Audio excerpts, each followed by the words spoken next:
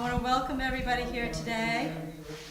Thank you for giving up your Saturday afternoon for this worthwhile meeting and presentation brought to you by the Daring Historical Society. Today we have Ed Cobbett, who is one of our board of directors, our secretary, who lives here in West Daring, who will be giving us a presentation about the families that lived here in West Daring and about their farm life. So I ask you to give Ed a round of applause for the talk he's prepared for this afternoon. Farms of West Daring. In 1774, there were 179 houses in Daring. 132 of them were farms. So it was pretty much an agricultural setting. Farm life in the late 17 and 1800s was not for the faint of heart. Every season had things to do that had to be done to keep the stock and the farmer's family alive. Everyone on the farm had worked and former had to be jack of all trades. The wife too also had to be a jack of all trades. Woman's work. Nothing was thrown out. That was the general rule on the farm. Nothing got thrown out. The woman took every worn-out dress, apron, and was cut into strips, sewed together on the ends, and they were used to make what was called rag carpets. Cloth scraps were put into a rag bag, and they were exchanged with the peddlers that came around for tinware. Mittens, stockings were knitted from yarn spun at home. Milk, butter, and cheese had to be cared for daily. The tallow dip, which provided the lights inside of the farm, had to be made at the house. Chickens and turkeys were killed for food, and the feathers were carefully sorted for use in beds and pillows. Very little was bought from the butcher, and little to nothing was bought from the baker. All baking was done at home. Saturday was baking day. Apple pie, pumpkin pie, custard pie. Pies were baked along with a pot of pork and beans, loaves of brown bread, and many loaves of wheat bread. Moreover, the great oven had to be heated and cleaned prior to baking anything. Sunday was a day of getting your Sunday best on and going to church. Women were responsible for planting and tending the vegetable garden. Now, the vegetable garden is not like what you see a lot of people planting today. They plant one crop. They planted numerous crops because they had to grow all of their own food. So her garden was about a half an acre to an acre. And it included turnips, parsnip, beans, peas, potatoes, turnips, onions, corn, strawberries, raspberries, lettuce, carrots, tomatoes, cabbage, winter squash, beets, watermelons, cucumbers, green beans, rye and oats for the animals, and medicinal plants. Most farms also had a pretty sizable apple orchard. They planted different varieties so that they could use them for different things. Women were responsible for taking care of the floors inside of the house, and they used to use painted canvas, is what they used to cover the floors, because it was easy to clean. And everybody was traipsing in and out with all kinds of stuff on their feet, so that's where the woman got the artistic talent from. They used to paint the canvas. Some of it was pretty ornate. I was fortunate enough to have known a real woman at the farm, Muriel McAllister. She painted this for me.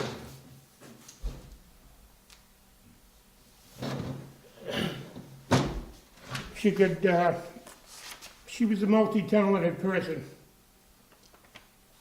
She could drive a tractor, cook very well. She was a seamstress, and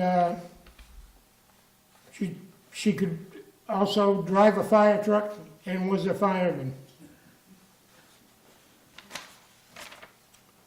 Winter chores.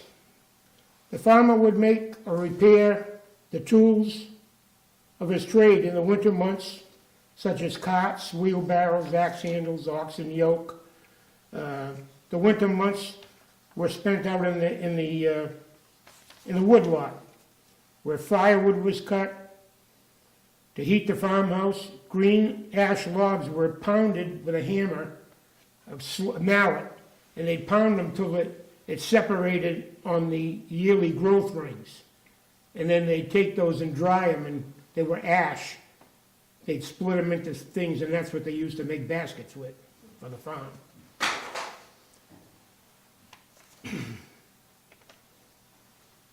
The winter months were spent in the woodlot. They pounded the ash to get those rings. They were prepared for making the baskets on the farm. The shingles for the roof were made from pine logs, shaved thin with a drawing knife. Ironwork for all of his tools was crude, was rudely fashioned, but it worked well, and it was all done on the farm. Spring chores. First spring chore was tree tapping. In March, they would tap the rock maples and sap for sap and sugar. Tapping the trees was a legacy learned from the Indians.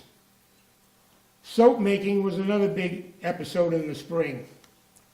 It was a family kind of affair, and all the refuse fat that they had created during the course of the year was saved in a big pot. They'd save the fat, and then they'd cook it up in a large iron pot. They generally did this outside. Every farm had a fire pit with a couple of Y sticks and a long pole in between, and they'd hang these heavy, big pots on that. And they would, usually what they would do, they would save in the wintertime also all the wood ash. Then they would take a large iron pot, and they would put the ash, it was like a barrel, they would put the ash in, and they would take and put it over they would get spring water from the spring, and they would fill the barrel with water on top of the ash. Once the ash was fully soaked, they had a spigot on the bottom. They'd let that out, and of course that's lye. So they would make what they call soft soap, which was a lye soap. And it would take any stain off of your hand if it didn't take the skin first.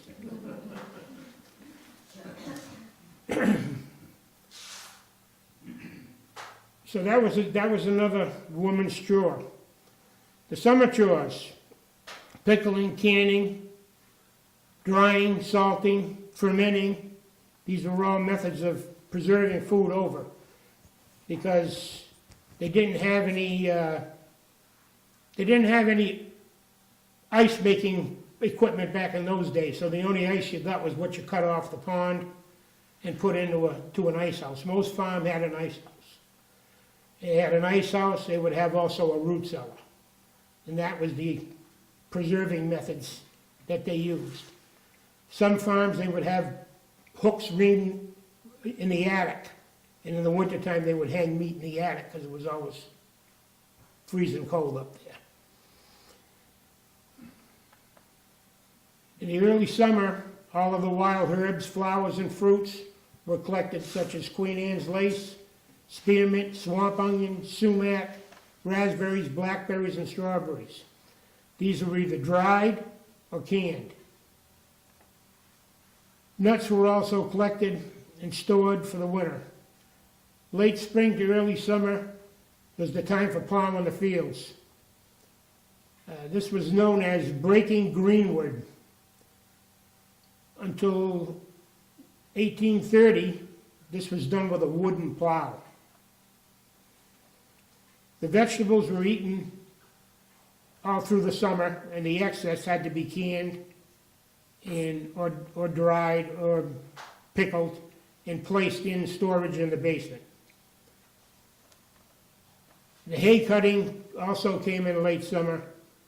The hay to feed the animals was also cut throughout the summer, and how that was done was they used to have a group of itinerant people that would come to the farm. They'd be 10 or 15 of them, and they'd stagger themselves, and they'd cut with scythes. So the swing of the scythe blade, you'd have to have somebody that far away from you on each side. Then when the guys were coming back at you, they'd go down the strips that you left. So by the time they got to the end of the field, the whole thing was cut. Then they'd let it dry. Then you'd go with a wagon and throw the hay on a wagon with pitchforks. Then they'd take it back to the barn and throw it into the barn. So there was no baling back in those days. They'd load the wagon up and take it to the barn and throw it in the barn for the winter. The itinerants used to stay at the farm. The farmer would put them up, and then he'd pay them, and then they'd move on to the next farm.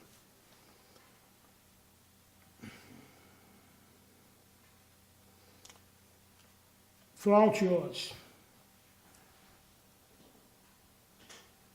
Again, it was canning and preserving, harvesting and canning farm-grown vegetables, as well as wild items such as cranberries, crab apples, grapes, cherries, elderberries, sumac, and fruit like apples. Most people don't realize that crab apples were native to New Hampshire. The Indians actually showed the farmers how to use them. Jams, jellies were made using molasses, honey, or maple sugar to sweeten them, and pectin from boiled apple peels to make it set. This was the kind of jars they used back in those days, right there. The jar would have wax put on the top of it, and then they'd put this on top of the wax to keep any dust or anything from going in. That's the way they made the jars and the jam and jelly.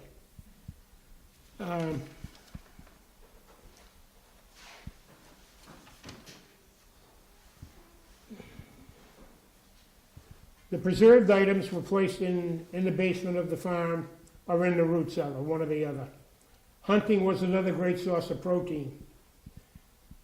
Moose, deer, and bear were harvested in the fall.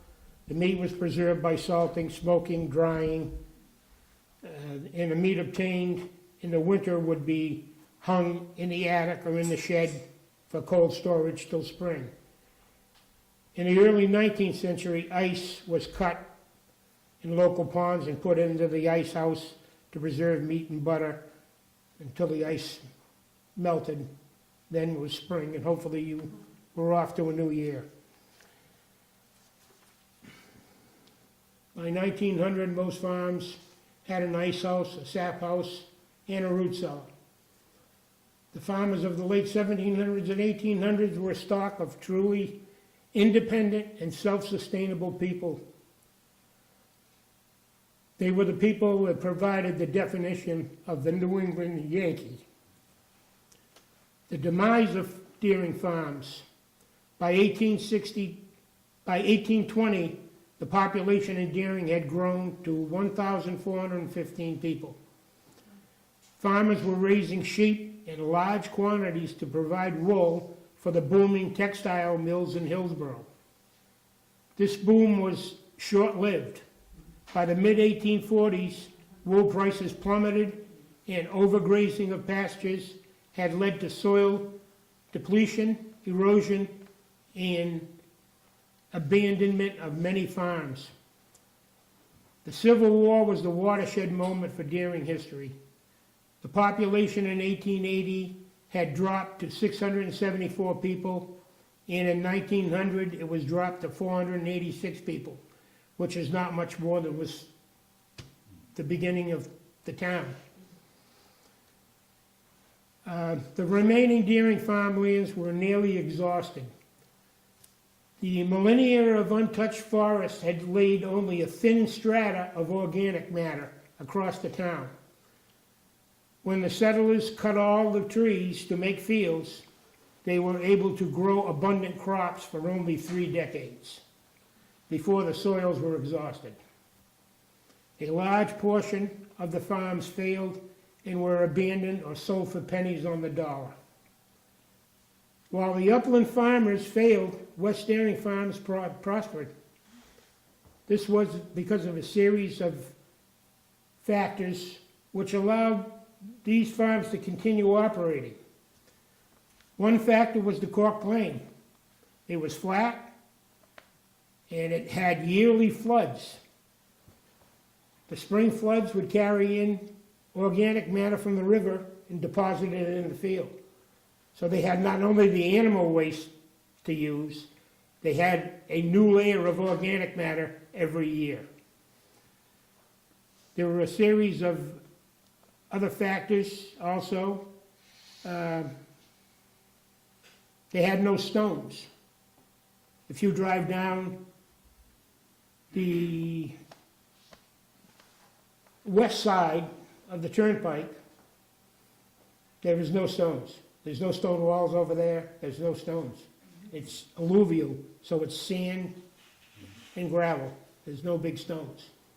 On the other side of the road, you'll see some stones, but they come from the base of the mountain, the base of the hill, Hedgehog Hill. They don't come from back toward the road. They come from the edge, and they pull them out to make walls with them. But on the other side, there's no walls at all, which is rare in New Hampshire.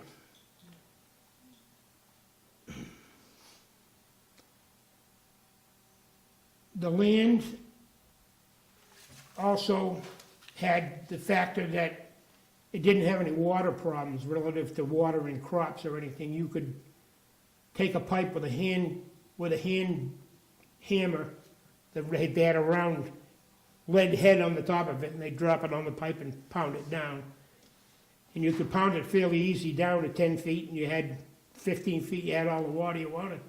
So there was no problem relative to watering and keeping the crops alive.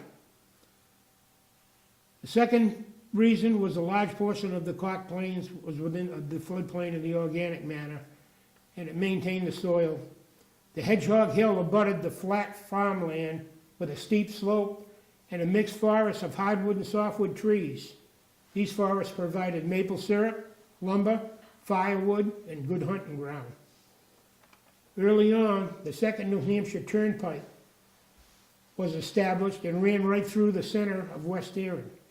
This road was the main road between Amherst and Claremont. Amherst at that time was the state capital. It was incorporated in 1799. This led to the addition in West Erin of 2 hotels, a store, and a post office. On the original Nathaniel Colby farm was one of the hotels, and it was operated by the Alcock family. The second hotel was Dow Tavern on the Dow farm. These 2 hotels provided meals to the travelers and allowed the farmers in the valley to provide provisions and labor to supplement their income. The turnpike was a major route for transportation of goods and farm produce. Also, it was the main route for drovers who drove cattle and other animals from Nashua to the Deering, Hillsborough, and Stoddard to graze in the fields for the summer.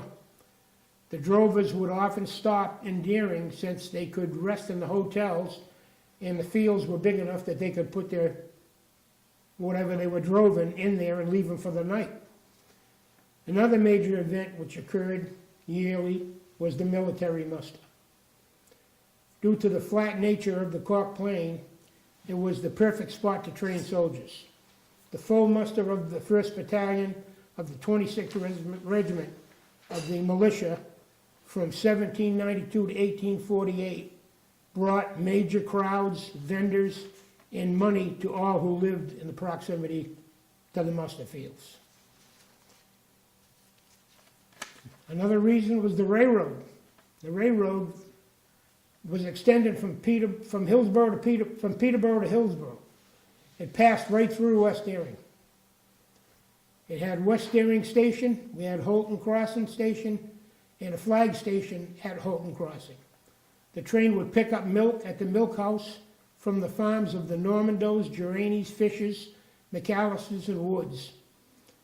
These farms sent large quantities of milk daily to Boston. Farmers also sent a variety of baked goods such as brown breads, pies, and canned goods to the city of Boston for sale. The train alleviated the need for the farmers to have to transport milk, cream, butter, eggs. It all went on the train and went to the city. These are the same reasons why the farms of West Deering still survive today.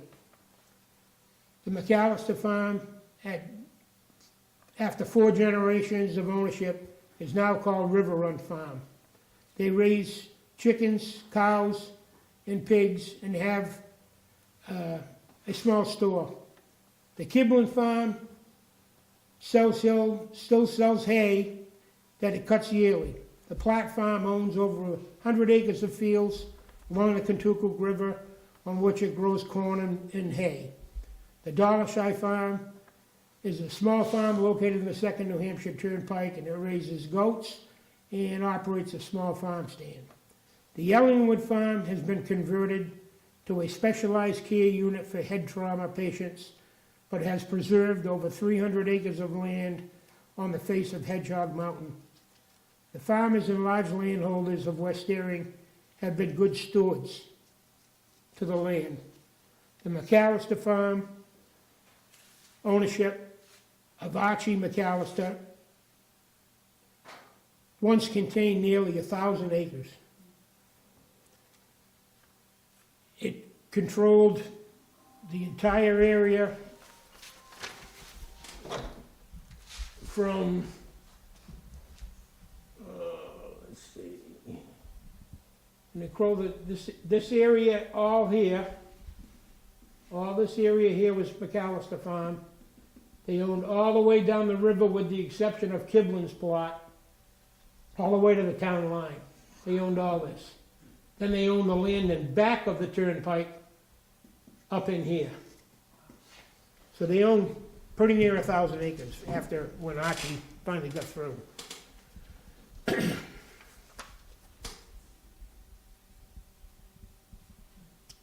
The Dow farm contained approximately 600 acres on the east side of the 2nd New Hampshire Turnpike and another 200 on the west side. The Ellingwood farm contained approximately 500 acres of land. Over the years, the land has changed hands but was not cut up into small residential lots, with the exception of Blueberry Hill.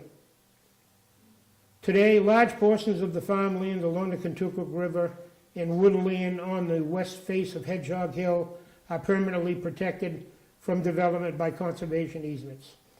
Approximately 1,500 acres in West Deering is conserved by conservation easements, with another 3,500 acres from the top of Hedgehog Hill and Wilson Hill to the Deering Lake, thus making a total of 5,000 acres of unfragmented forest.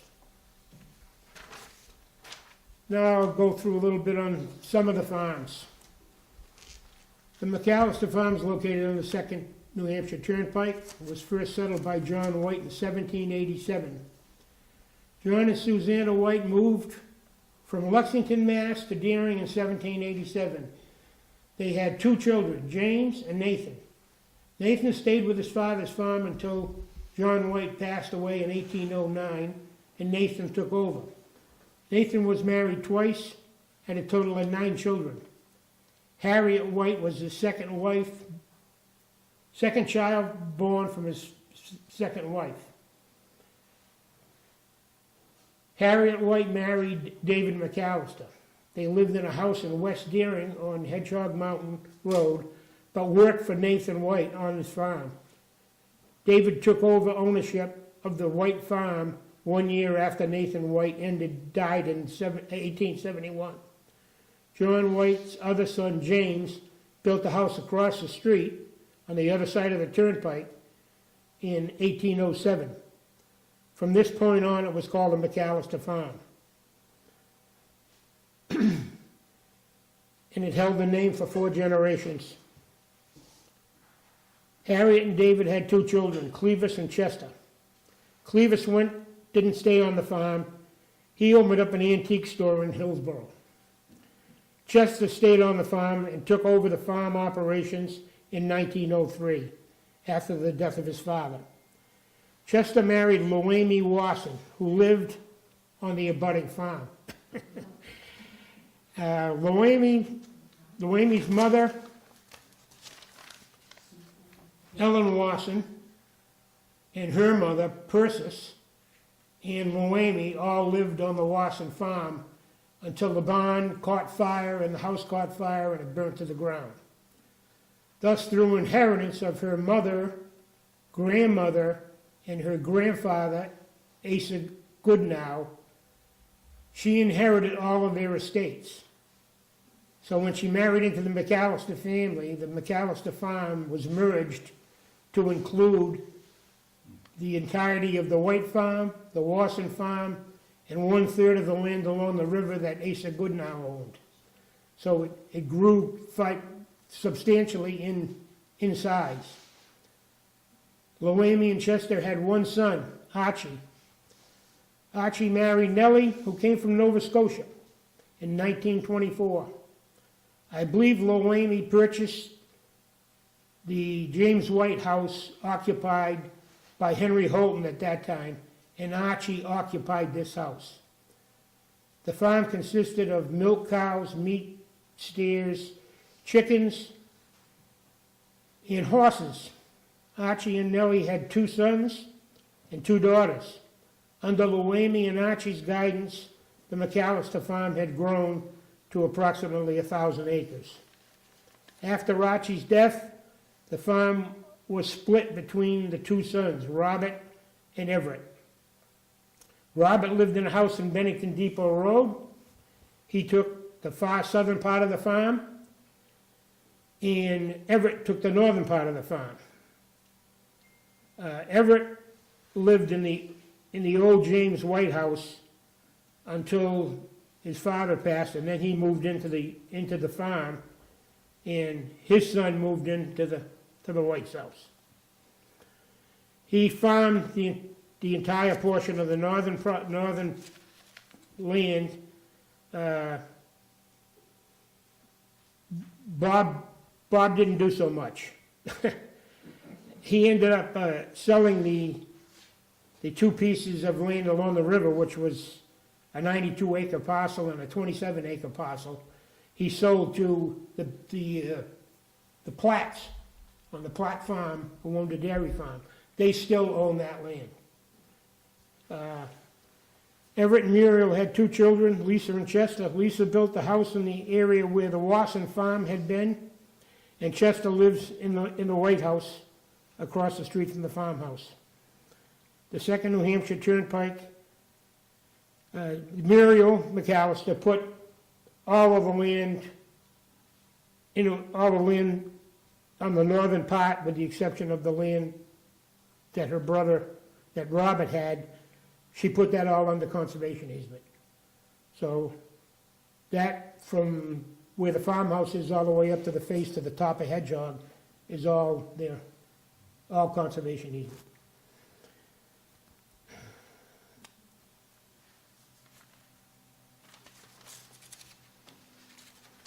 So that's pretty much it for that farm. They did have a beautiful spring there that the Hedgehog, the face of Hedgehog, had numerous springs in it. And they had a spring that was piped from the top. Loamy, she was a very smart woman when it came to money and that type of stuff. The mill down in Hillsborough, the woolen mill, they had water power there. They had a year the river got so low that it wouldn't generate any power. So all the workers in the mill were laid off. So she put the word out, if they would come and dig a trench, she would pay them. So they dug a trench from halfway up the mountain right to the barn. And they put a pipe in it, and the spring water would come down. They piped one pipe into the barn, into a trough. The water would constantly flow into the trough and overflow and go into the bottom of the barn and run out to the river. And the other pipe went into a watering trough. Back in those days, the town used to pay people that had watering troughs for the horses. So she'd get a monthly stipend from the town for the watering trough. There was actually about 4 or 5 of them in town. There was another one down on the Dow farm. There's a pond there now. That pond was a watering hole also. Now we'll go on to the Dow farm. Benjamin Dow owned land in Deering in 1795. His son Joseph Dow settled there, and they had 9 children. Joseph and Daniel died in birth, and Roxana died in childhood. Benjamin and Hiram never married. Reportedly, the original Dow farmhouse was on the east side of the 2nd New Hampshire Turnpike, just past the Appleton Hotel and the Goodnow House. Reportedly, the original farmhouse and barn, owned by Joseph Dow, burned to the ground in 1841. Joseph died in 1837, and the house burnt in 1841. The foundation of the house, the well, and the remnants of their 20-acre apple orchard can still be seen today if you walk up there. The first settlers liked to build up on a hill. They didn't like down in the valley. They were told that was from Europe, that if you lived near the water, you were prone to disease. So they built up away from the hill, and that Joseph Dow's son Freeman Dow, rebuilt on the west side of the turnpike. The house was a 2-story brick house, very rare. The bricks were made from the Ellingwood farm, who's next on the list here, down the road down the 2nd New Hampshire Turnpike from where his house was located. Freeman married Mary Alcock. Mary Alcock, if we heard the name before, was from the Appleton family. One of them changed his name, but some of them didn't change their name. That was James's daughter, so a marriage up the road again. Married, their love didn't go too far past the stone wall back in those days, I guess. Mary, in 1839, they had 4 children. James, Scott, John W., and Mary Cora. John W. moved into the brick house after Freeman had passed. Freeman also owned in Hillsborough, he owned a place called the Freedom House, and it was a tavern, and he was pretty good in business. He ran the tavern there at the Dow place, and he ran a tavern in Hillsborough. He was pretty up in business.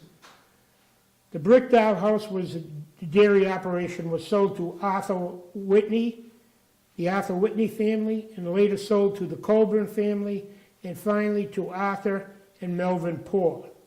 The 2-story brick building burnt down in 1953.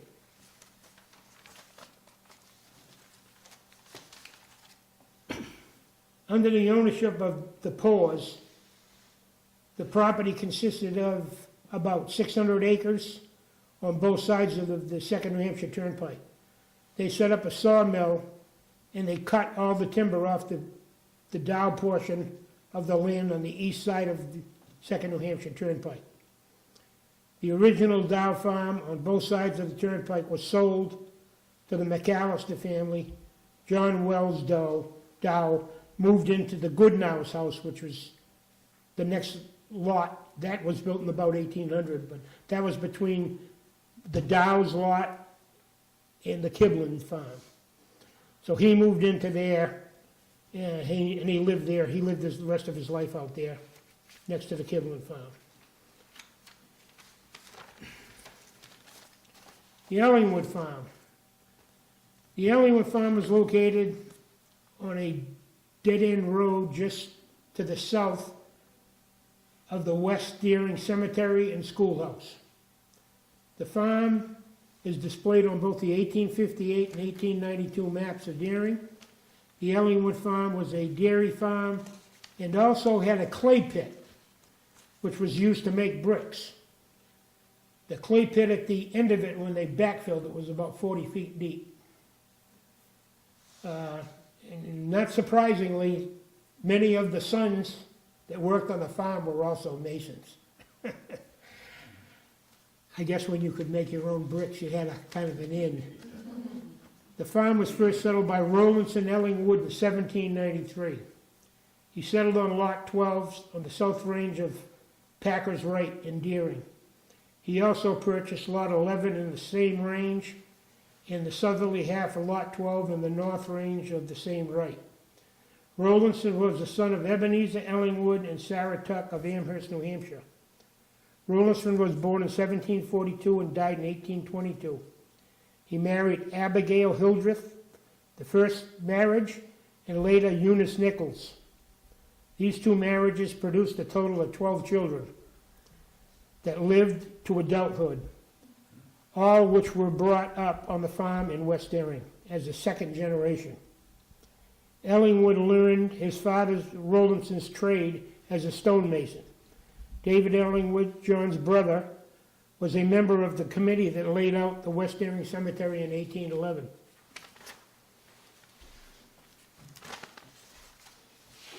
Joshua Ellingwood, the third brother, settled on or near number 1 Tomlinson's moiety in the big lot 11 in Deering. John had 4 children. Joseph had 8 children, all of whom lived to adulthood and made up the third generation of Ellingwoods. James S. Ellingwood became a stonemason as his father and grandfather before him. He lived on the farm and was in West Deering. He was a selectman for 9 years. Joseph Ellingwood, son of Horace, fought in the Civil War in the 9th Regiment of the New Hampshire Volunteers. James Ellingwood had 7 children, which made up the 4th generation of Ellingwoods. James S., son of Frank, was born in Deering. James S.'s son, Scott, and his wife lived on the Deering farm. Scott went out one day to cut some logs, and the horses came back, but he didn't. And his wife went looking for him, and he was pretty bad condition. He fell off the skid, and it ran him over. And the horses dragged it down the road for a ways, and he lost one ear. He was so bad, terrified from this accident, that he ended up hanging himself in the barn. The farm was sold to the Donovan family in the 1950s. The Donovans lived on the farm. Jeremiah Sr. and Beatrice bought the farm, and they lived there. And later on, the Donovan family, the brother moved up, and they opened up a rehabilitation facility called Robin Hill Farm. In 2009, the Donovan family placed 300 acres of land at Hedgehog Mountain into a conservation easement with the Town of Deering Conservation Commission. The Kiblin Farm. The Kiblin Farm, a.k.a. Appleton Hotel and Farm, a.k.a. Nathaniel Colby Farm. Nathaniel Colby Farm was sold to Judge Robert Alcock in 1776. His son James Alcock bought the hotel in 1819 and ran it till he died in 1848. His son James Madison Alcock had his name changed to James Madison Appleton and took over the farm and hotel business. He was a very successful businessman and operated the hotel until 1888. Frank Appleton, who was James Appleton's son, took over the hotel and farm business up until his death in 1904, when it was sold after being in the family for 85 years. The hotel and farm was sold to a guy by the name of Cody. And then there was a string of owners that followed to include Allen and one or two other owners. The big red barn on the farm burnt down when Allen owned it in about 1912. They were able to save the main house and the adjoining house. The rear L of the house was torn down in about 1915. Hobart Kiblin bought the house and land from Colby in 1923 or 24. The land contained a root cellar, a sap house, and an ice house. The ice house was blown away in 1932 hurricane. The root cellar and the ice house, the sap house, are still there, and the foundation wall from the barn that burnt is still there. So you can ride right by from the street and you can see all that. The Kiblin farm included 50 acres and a house and outbuildings on the east side of the turnpike and 90 acres on the left side of the New Hampshire Turnpike, which was purchased by Hobart Kiblin at a tax auction in about 1938. The farm is currently occupied by Rodney Kiblin, son of the original purchaser, Hobart Kiblin. And there was a series of other farms, which I haven't really got into yet to investigate. There was a white farm also on Hedgehog Mountain Road. This was a large farm. The stone foundation of the huge barn still stands there today. You can see it when you ride by. Owners who followed were the Holton family, the Whitney family, and the Abbott family. Mr. Abbott was Gordon Clark's grandfather. The Clark family lives there now. They live in the original farmhouse, and the second barn is still present. It's a big barn too. Following the period of the railroad operation, the farm became the location of the Holton Crossing Station. The station was moved to the Clark farm and is currently still there and is used as a residence for her son. The milk pickup station as well as the Flagstop building are currently all located on the Clark farm. Lionel Bradbury Farm was where the Longwoods Trailer Park is now. Lionel operated a pig farm on his land. Lionel was killed in a farm accident, fell off a tractor and ran him over. The Tacey Farm, where unfortunately Mr. Wilson just left, there were 8 children in the Tacey family. Rose Wilson of Daring was a Tacey. The Tacey farm was owned by her grandparents, and she was located on the 2nd New Hampshire Turnpike. This is where Rose was born. There was an article in the Boston Globe stating that the Tacey family of West Daring had broken a record for wreath making, producing over 1,572 wreaths between Thanksgiving and Christmas. In the 1920s, the area on the east side of the 2nd New Hampshire Turnpike was all hayfields, from Times Square to Francistown, and Francistown to the King Forest. The house caught fire and burnt to the ground. The foundation is still visible there today. And that concludes what I've got to tell you. Thank you.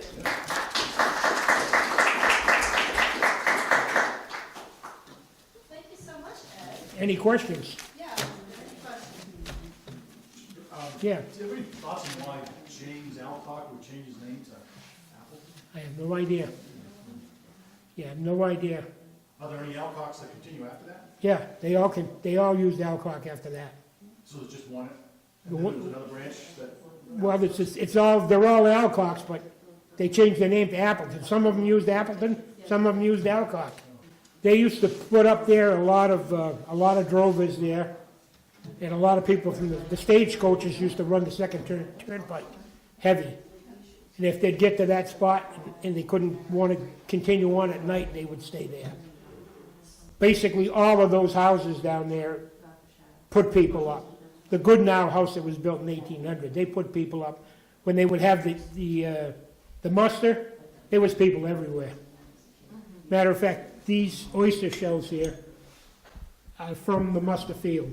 They still dig them up today on a good year. And this is the type of canning jars they used. You can see this one's hand blown. It's got air bubbles in it, and that likely came from the Lineborough Glass Company. Yeah. Yeah. Any other questions? And you said it's Alcock, Alcock. Yeah. Okay. Yeah. And you can see there's a lot of tying in. Yes. I think we've had conversations before where that Appleton Hotel was actually moved here from Antrim, right? A portion of it was moved from Antrim in the wintertime over the ice on the Kentucky River. Okay. Yeah. Was moved with oxen.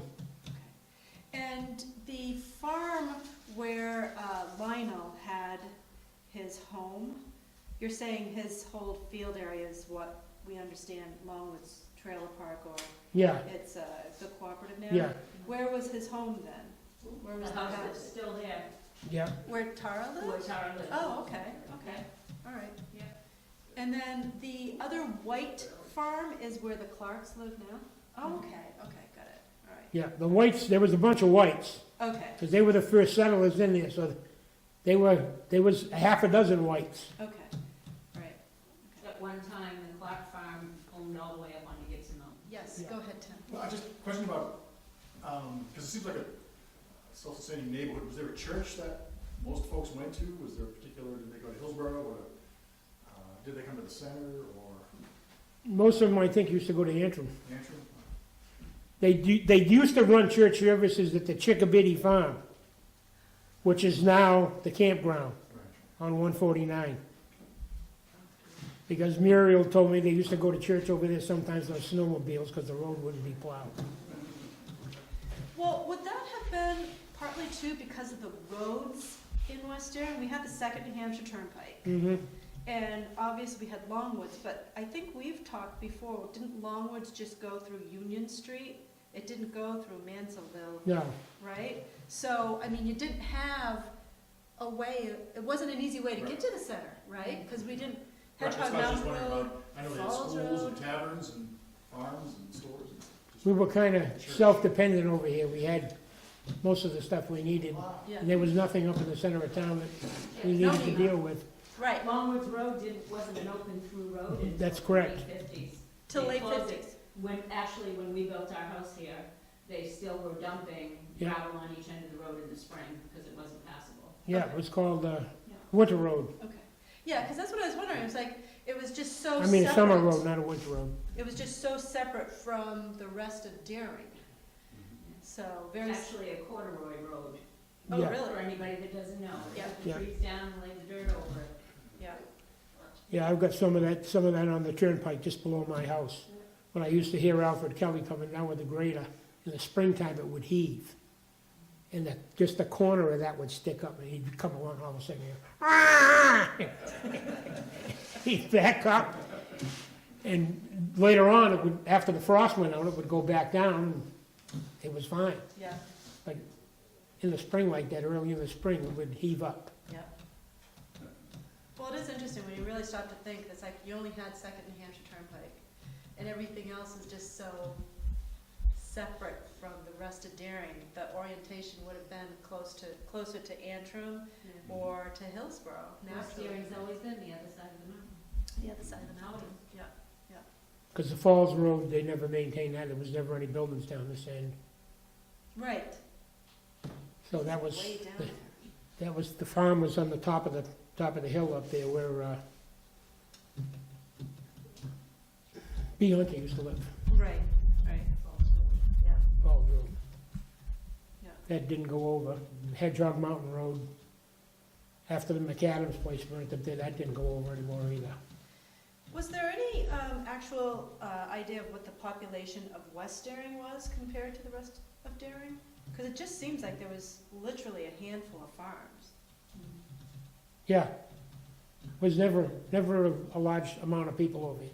But consistent, because the farms have been in the same families for generations, so it hasn't been a lot of turnover. Well, when they built Blueberry Hill, they probably increased the Yes. population of By Darien double, by so it's probably a third anyway. You know, you kind of glossed over the character, Gordon Clark's grandfather, Abbott. Mm-hmm. He's the one that had the interesting multiple pieces for his missing limbs, right? Yeah. Yeah. So this, did you want to? No, go ahead. I don't know that much about it. Oh. All I know is I remember He was really a, interesting pictures of him. I'm like, wow, what a fascinating character. yeah, he had lost one hand. I believe it was in a sawmill. Yeah, it was. Yeah. It was on them. And then he lost part of his other hand. So he had a hook put on this one. And he was working in the woods. Yeah, didn't he have like different armatures made for Yeah. different situations? Yeah. So like a saw attachment or some attachment so he could drive? Or... Yeah, he had different things made up. Exactly, yeah. Kind of interesting Yeah, he was a, Yankee ingenuity. yeah. So. All right. Any other questions? Well, it wouldn't be a complete overview if you didn't mention Carol Green, Senior. Oh, Yeah. yeah, the green. Carol Green was a road agent for many years. And he was the only road agent that ever arrested 2 prisoners when he was the road agent. They had a couple of guys escape from jail, and he happened to be in the right place at the right time and captured them.